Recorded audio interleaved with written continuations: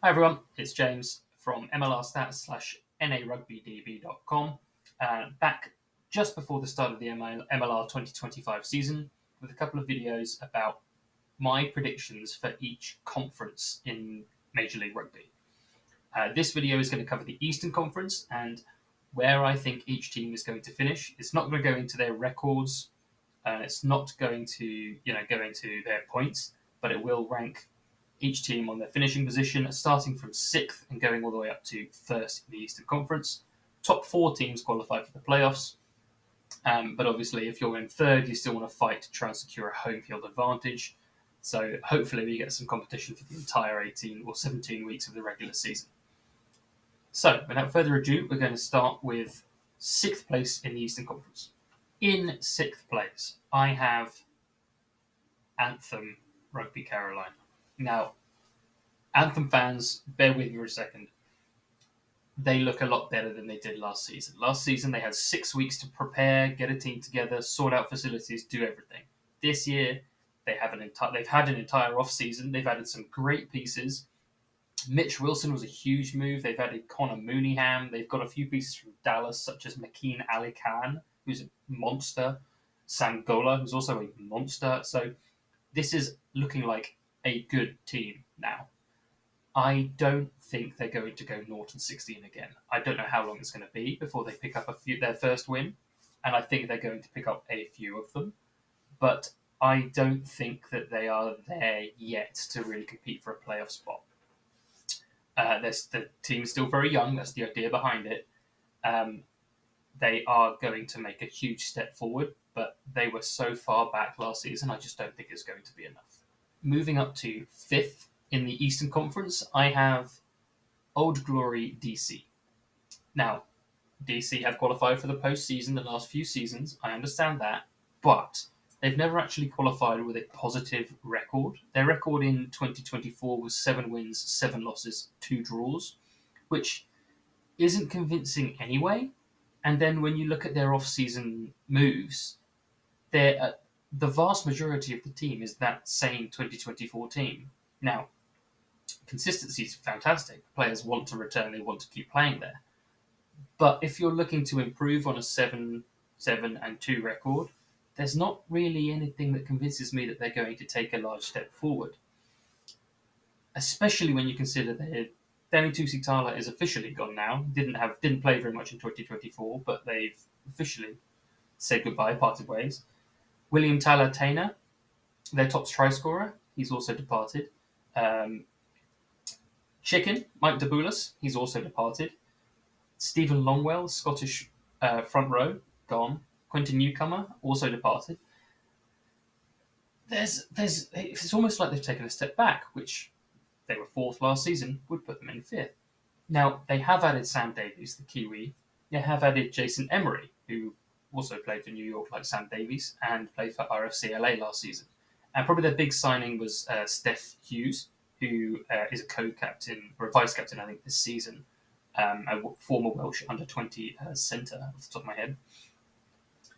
But do those additions, as well as some others I haven't mentioned, Owen Sheehy's back, for example, Logan Widener was playing for Anthem last year. They finally get him to play for them, for DC that is. Do those additions really, first of all, make up for the departures that DC have had over the off-season?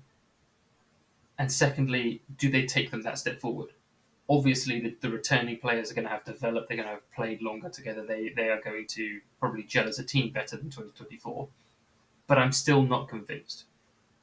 I don't think they'll be threatened by Anthem. I think they'll be comfortably in 5th, but I don't see this Old Glory DC side making the postseason, I'm afraid. Moving up to the playoff spots, and in 4th place in the Eastern Conference, I have the Miami Sharks. I have the Sharks in 2025 pipping Old Glory DC to that final playoff spot in the Eastern Conference. The Sharks' moves in the off-season are, I think, more impactful than DC's. First of all, they have more of them.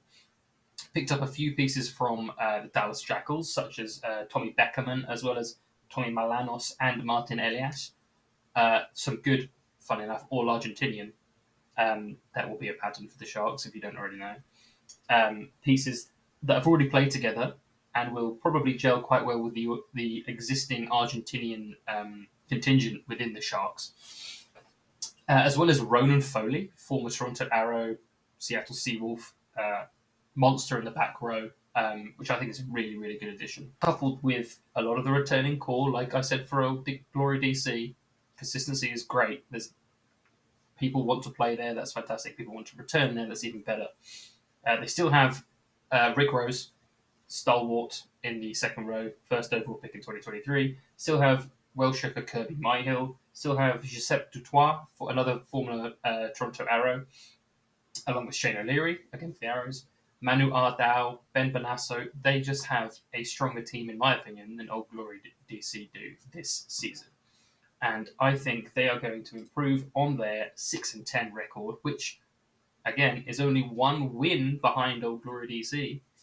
And they're going to pit them to the post. I can't say whether they'll have a positive record, but I think they are going to take a bigger step forward than DC and will overtake them into that final playoff spot in the Eastern Conference. Moving up into the bronze medal spot, third in the Eastern Conference, I have the Chicago Hounds.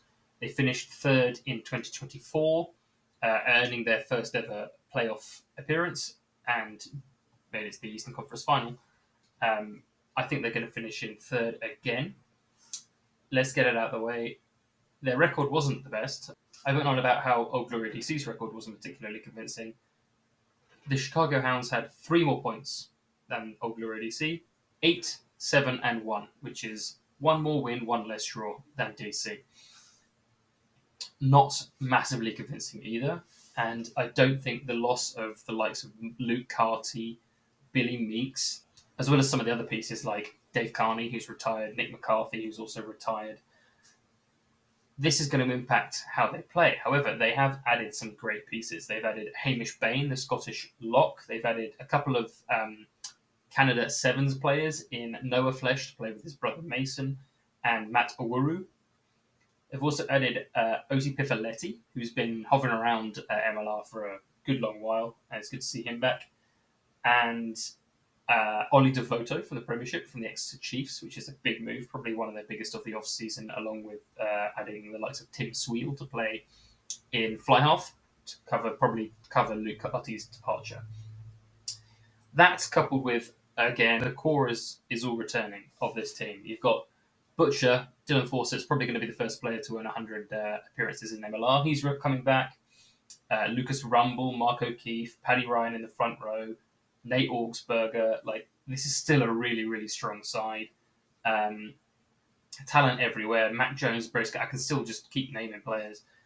But I'm not sure they are going to... I'm not sure how the loss of Billy Meeks and Luke Carty and others are going to impact this team. And I'm not entirely sure that they can compete with the top 2 places in my list. I hope they improve on their record. I think they'll finish probably comfortably third.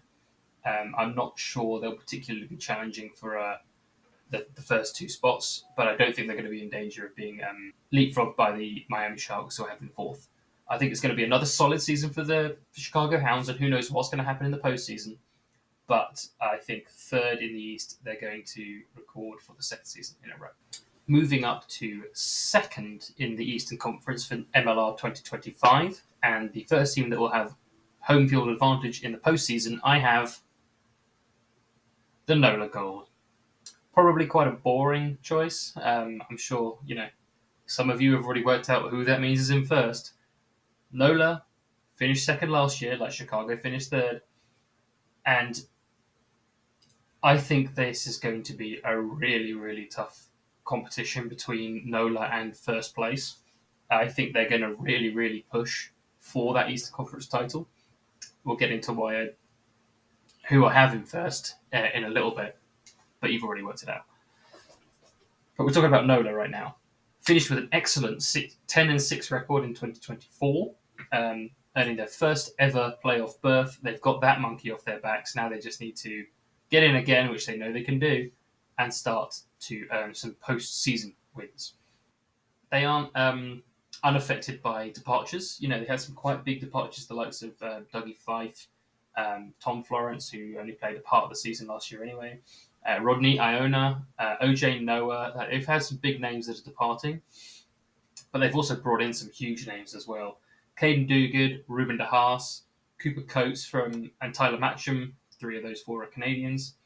A couple of capped Frenchmen, Kellyan Galatier and Xavier Mignot. Excuse my French. And that isn't even mentioned Joe Tofate, who they brought in quite early in the off-season, big addition.